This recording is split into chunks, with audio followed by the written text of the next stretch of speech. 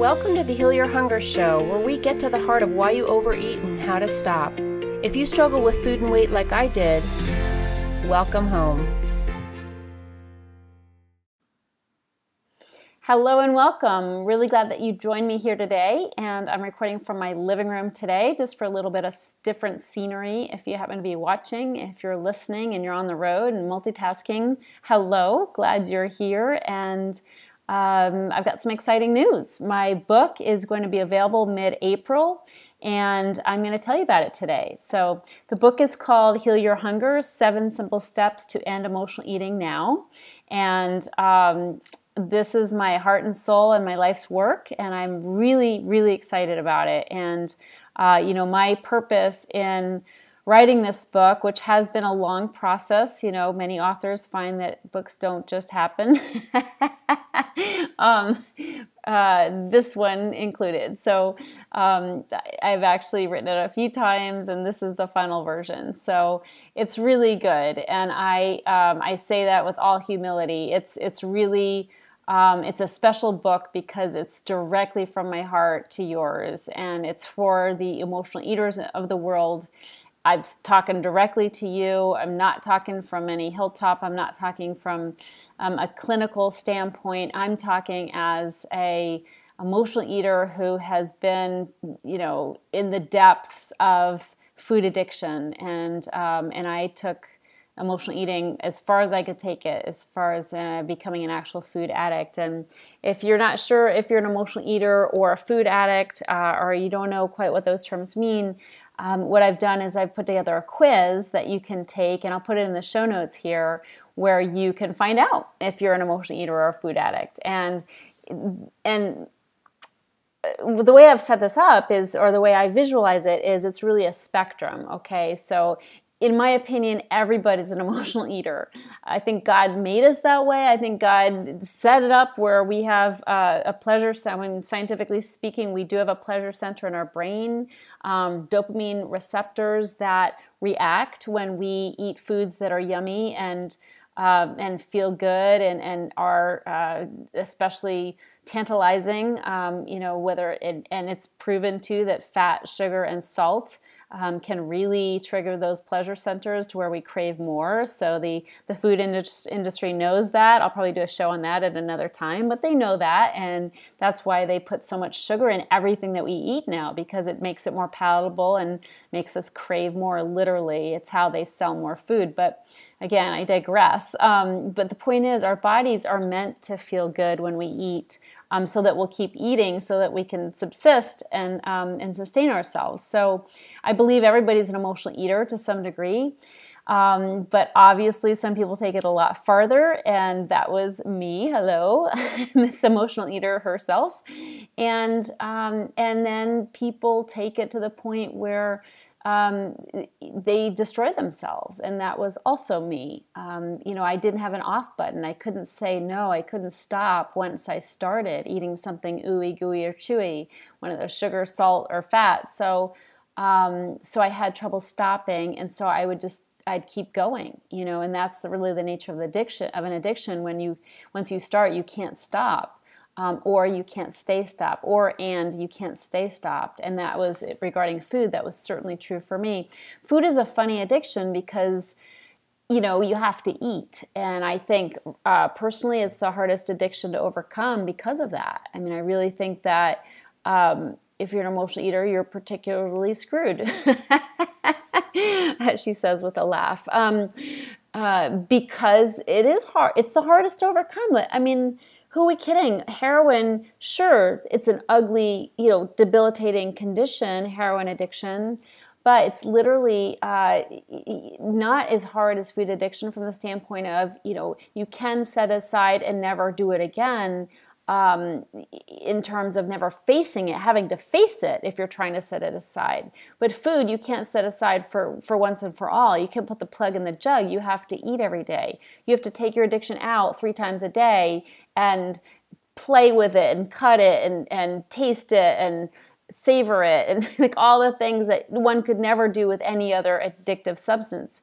And yet we have to do it 3 times a day. So you know, it's hard. Plus, my opinion is that emotional eaters started using, if you will, using their substance of a preferred substance, if you will, at a much earlier age than other addicts used theirs. So, you know, not every child was putting a needle in their arm as a heroin addict. They were doing it at age 14 to, who knows, 44. I mean, it's you have heroin addicts of any age, but the likely fact is that they started at a later age than a food addict started using food. Personally, I was using food at age, I don't know, 3 or so. Like as soon as I could, I was anesthetizing my feelings with food, and so I started at an early age, which means stopping is harder because I didn't have any emotional development at all. Emotional eaters are very wanton for emotional maturity. I mean, we don't have a lot of it, and so our reactions are infantile. You know, our reactions to life are, I can't handle it. Like, it's too much. I can't handle it. Let me go dive into the food. Let me anesthetize these uncomfortable, out of control feelings because I don't have any frame of reference for dealing with them, because I never have. I've been stuffing all along. You know, I with brownies or cookies or ice cream or popcorn or candy bars, whatever it was, you know, they were by my side in any kind of difficult situation. So, you know, stopping and facing all those feelings is, that's a tall order. So that's why I believe emotional eating is so hard to overcome, and that's why I believe this book is so, so vital, because we need help with this. You know, we need help beyond nutritional information. Nutritional information does nothing for the problem for the emotional eater. The emotional eater eats over their emotions, and regardless of how much we know about nutrition.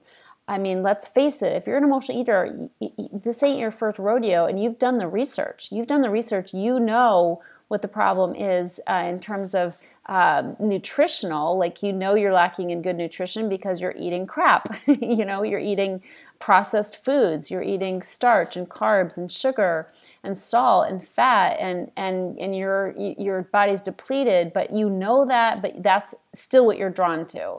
So no matter how much you know about good nutrition, it ain't making a dent in anything, because you're powerless to not emotionally eat. So that's why this book is so important, is because we've got to get to the crux of the problem and why we are turning to food for emotional reasons. Now, I really wrote this book for you. You know, if you're one of the millions of people out there struggling with food and weight, I know how you feel. I've been there myself, so I understand firsthand how painful and frustrating and demoralizing it can be. And, you know, I've learned mostly the hard way that when it comes to ending the battle with weight, most of the solutions don't work. So, and they don't work for people like us. And that's really what I want to say, is that if you're an emotional eater, you need a new kind of solution. You need a solution that isn't about the diet, the exercise, the fitness, the nutrition. Trust me, you know about that stuff already. I certainly have plenty of things to add to that conversation, but only with regard to the unique experience of the emotional eater. So, you know, I wrote the Heal Your Hunger book so I could speak to emotional eaters directly, because everybody out there, doctors and nutritionists and dietitians and psychiatrists and therapists, as good as they all are, don't understand necessarily the experience, the intimate experience of the emotional eater. And that's why I've written this book, because we, as a class, if you will, are a different type of person that needs a solution specific to our experience. We're not dummies. We know we should exercise more and eat less, okay? So let's clear that off the table and talk about why is it that we are drawn uncontrollably to food. goes way beyond the addictive nature of the food. Why do we go back to it once we've been off of it for a while? We were on a good food plan, we're doing great, and we're losing weight. Why do we pick up the food again? Why are we compelled?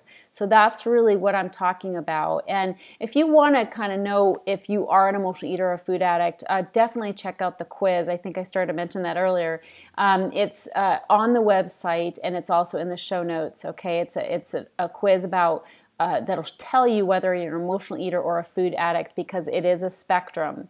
Okay, I think this is a really long-winded way of telling you about that spectrum. I think I got a little lost there, but anyway, it's a spectrum of emotional eaters where you're somewhat of an emotional eater, like everybody is a little bit. Sure, they love a good bowl of ice cream. It just takes their worries away temporarily, like a good movie.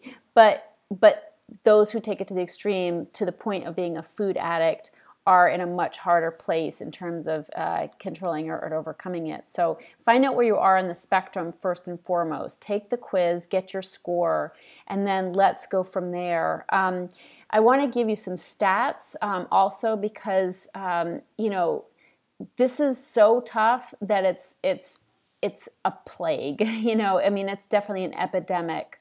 Close to 70% of all American adults are either overweight or obese. That's 7 out of 10 people, and that number is growing still. 7 out of 10, okay? You may feel comforted by that if you're one of the 7, but it's a sad statistic. It didn't used to be that way. Before the 80s, it wasn't that way. We were a lot more normal size in terms of normal being thin. We were thinner. 45 million people go on a diet every year. 45 million people. Okay, here's another one. U.S. consumers spend $109 million every single day on diet and weight loss products. $109 million. Imagine what we could do with $109 million. Just imagine. The weight loss is a $60 billion industry annually. Every single year we're spending, and it increases every year, but let's say last year we spent $60 billion. $60 billion on a problem that is healable, okay? There are 21,000 weight loss books on Amazon, and there's 220,000 fitness books on Amazon. Imagine, that's a quarter, that's a 250,000 books on diet and fitness on Amazon. And despite all that, 98% of all diets fail. Okay, so consider, if you're just looking at the statistic of $60 billion annually spent on weight loss, imagine that 98% of that, 98%, I'm going to do I got my phone right here, I'm going to do the math. So let's say, what is it? Forget about it. I can't do the math. I don't know what. I have to do 60 times 0.98. Okay, that means 58.8 billion. $58.8 billion is wasted because 98% of the 60 billion, 98% of all diets fail. So 58.8% of the 60 billion that's spent annually could be flushed down the toilet, is flushed down the toilet. Imagine that. Imagine how much money we're spending on a problem that is unsolvable by the means that people are seeking. Okay? Out of 100 people, 2 of them will lose weight and keep it off. 98 will not. Okay, these are staggering statistics, and this is why I've written this book. And the fact is that we've got to find a different solution. There's no way you're going to beat this by diet and exercise or control, trying to just muster up the control. Willpower, forget about it. It's not going to happen. And, you've tried these things. If you're listening here now, you've tried all the diets. There's a jillion of them out there. The grapefruit diet, the Scarsdale diet, the Atkins diet, the Beverly Hills diet, the South Beach diet, the Jillian Michaels diet, the cookie diet, the Phil McGraw diet, the low carb, the no carb, the all you can eat carbs diet. It doesn't matter. None of them are fixing the problem, okay? So it's really time. It's time for a new paradigm and a new way of addressing this. Now, I also want to address the fact that Emotional eaters come in all shapes and sizes, okay? So it doesn't matter if you're not overweight. You can still be an emotional eater, and probably there's lots of them listening here right now. I mean, people come to us all the time for help who are in thin bodies, and we understand why they're coming to us. If they're out of control with food, it's a miserable existence. And a lot of times if these thin people go to programs like OA or something, you know, one of those 12-step programs, so often I hear that they felt alienated, like they didn't feel like they fit in because the overweight people in the group were looking at them kind of like, what the hell are you doing here? What have you got to complain about? Like, you think you got problems, you know, I'm 100 pounds overweight, so you don't even know what a problem is. But I know from personal experience of having, you know, fluctuated in my weight, I know how devastating it can be to even have 5 extra pounds on you. I mean, sometimes 5 pounds on a thin person is more devastating than 100 pounds to an overweight or an extra 50 to a 100-pound overweight person, because they're already fat. They're like, what's another 50 pounds? Not that they're that flippant about it, but you get my point. Sometimes you become numb. Once you reach a certain point, you're just like, you know, you give up. What's the point? Whereas somebody who's striving to be thin, they notice every pound. It's like it haunts them. And so it doesn't matter what size you are. This is a problem that is no respecter of size or person or weight or ethnicity or gender or, you know, sexual orientation. Nothing. Okay, nothing at all. Because when you're obsessed with food, when you're living in that horrible, horrible compulsion, you know how miserable it is. So if you're a binge eater, you're a stricter, you're a purger, you're a regurgitator, or a constant dieter, or you're just simply food obsessed, or you're an exercise fanatic, big, small, you know, short, tall, doesn't matter what it is. You know, these problems all boil down to emotional eating, okay? If you're you know, buying a Larabar and rationing it out throughout the day because you're more of an anorexic type, you're eating a quarter of a Larabar, you know, every 4 hours, you're just as much an emotional eater as somebody who's, you know, going through Jack in a Box and buying, you know, 3,000 calories worth of food.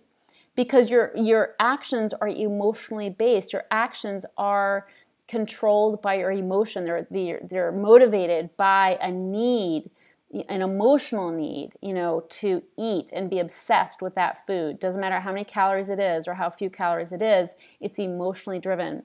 So I think that's really important to know, is that, you know, wherever you land on the spectrum, this book will benefit you. I've been 50 pounds overweight, and I've been underweight as well.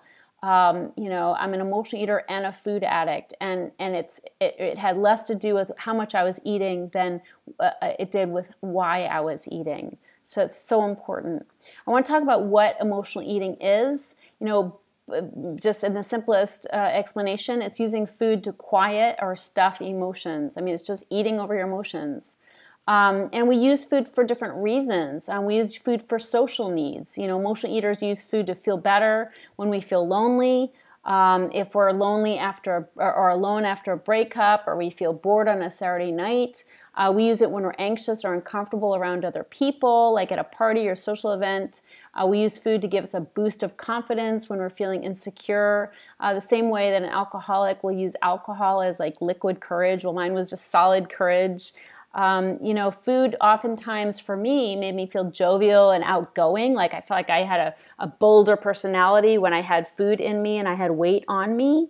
So there's a lot of things that food does for us. It's a social lubricant. We're at a party. We like to be out and about and be, you know, eating as we're talking, and just sort of like we have that sense that we're okay because we're, you know, enjoying the food, and it's sort of soothing our nerves and making us less nervous. We also use food for emotional needs. I just covered social. I also am talking about emotional needs. You know, we use food for comfort and companionship. I mean, how many times have you felt like food was your best friend? It never let you down. Dealing with people isn't easy for us. We resort to the ease of getting emotional support from something, you know, so dependable as food. But it's not only a loyal friend, it can be a protective one as well. So many people, like myself, were sexually abused as children, and so putting those layers of fat on us gives us a sense of protection. And like nobody can mess with us, right? It's going to protect us from unwanted advances from people, or it's going to keep people out. It's going to keep our feelings in. It keeps our sexual feelings buried, so we don't have to deal with it. Like I'm just not even going to go there. It's like it becomes a prison when we intended it for it to be a fortress. We also use food for mental needs. Emotional eaters suffer from an overactive mind, a racing mind. So we use food to distract ourselves from the thoughts and worries that keep reverberating in our minds. Our minds race 100 miles a minute and we can't slow down no matter how much we try, which is why we love carbs so much. Or sugar, we settle down with Ben & Jerry's and a box of cookies and, we're just in that comatose kind of chill state. We're drunk on food so that we can forget the cares of the day. And so that's another reason why we use it, food, in an emotional way. And the last way is for spiritual reasons. So many emotional eaters are spiritual seekers. We've spent years exploring spirituality and trying to make a connection that can bring us comfort and lessen our fear. But basically, it's really important to realize that we're never going to get there through food. I mean, we have a deep craving for meaning. Emotional eaters are, we have that depth of craving, and when we don't know how to achieve that, we just dive into the food. We try to cover it up with food and forget we crave. We just sort of numb out. Emotional eaters come in all shapes and sizes, as I said. But what the common thing is that we use food to treating our emotions. Literally. So, this book is meant to stir your consciousness. I want to rouse you out of your deep slumber of denial and neglect, which we all have it. Denial is, as they say, is not a river in Egypt. It's a function of addiction. So it's probably the most powerful function of addiction. And trust me, you have it. At some level, you have it. We all have it. I still have it. There's probably some degree to which I don't realize how deep this problem goes and how it affects every aspect of my life. And I'm quite aware of how much it does, and I've written about it in this book. So I'm here to just wake you up and stir you to whatever degree I can and help you identify and adopt new ways of feeding yourself physically, emotionally, spiritually, and mentally. I want to show you how to heal your hunger once and for all so that you never again have to be a slave to food. And I have to tell you, this book is going to be, it's going to challenge a lot of things in you. It's going to challenge your thinking. It's going to challenge some myths that you live by, that you swear are the reasons why you overeat that aren't at all the reasons why you overeat. So, there's a lot of things that are going to happen. It's not going to be a trip through the tulips, okay? This is going to challenge you. You're going to have to roll up your sleeves and face some things, but it's also fun. It's quite a bit of humor in this book. But it's really important that you hear from my experience because, again, I'm not talking down to you here. I'm talking straight from my experience and my experience of close to 30 years working with emotional eaters and helping them heal. So, while I'm here to challenge your beliefs and ideas about weight loss and food and yourself, I'm also here to comfort you and to help you demystify this problem that, trust me, nobody's getting to the bottom to right now. I mean, they're dancing around it, but they haven't gone straight for the root cause, and that's what I cover in this book. So I want to use my experience, both the painful and the torturous, of living out as an out-of-control eater, and my experience of helping others heal as a catalyst for change and a beacon of light for you to illuminate. I really want to illuminate your path to your own healing and your healing journey. So are you ready? Let's do this. I'm so excited. So you can order the book again on Amazon, pre-order it so you get it as soon as it's available. I'll be talking more about it in future shows. I'm going to cover, take bits from different chapters and cover them with you. So stick with me. Let's keep taking a look at what's really Heal Your Hunger is really about. Okay, thanks so much. I'm really glad you're here. And if there's anybody you know who's struggling with food and weight, please refer them to this podcast so they can start getting answers to their problem, because we can do this together, absolutely. And we can search within ourselves and find the answers and begin healing together. Thanks so much. You have an awesome day. If you enjoyed this show and want to get free support, insider health info, exclusive invites to events, and more, visit healyourhunger.com.